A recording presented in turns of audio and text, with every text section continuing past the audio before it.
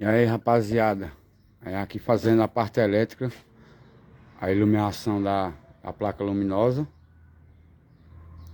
Já foi feita a colagem com a cola PU. Agora finalizando a parte elétrica, vendo a instalação aqui. Já tá feito ali o caixote, que vai ser essa daqui, ó. Revestir esse caixote com a CM. Esse aqui é o fundo dessa outra luminosa. É desse jeito. Vamos guerrear. Tamo junto, rapaziada. É nóis.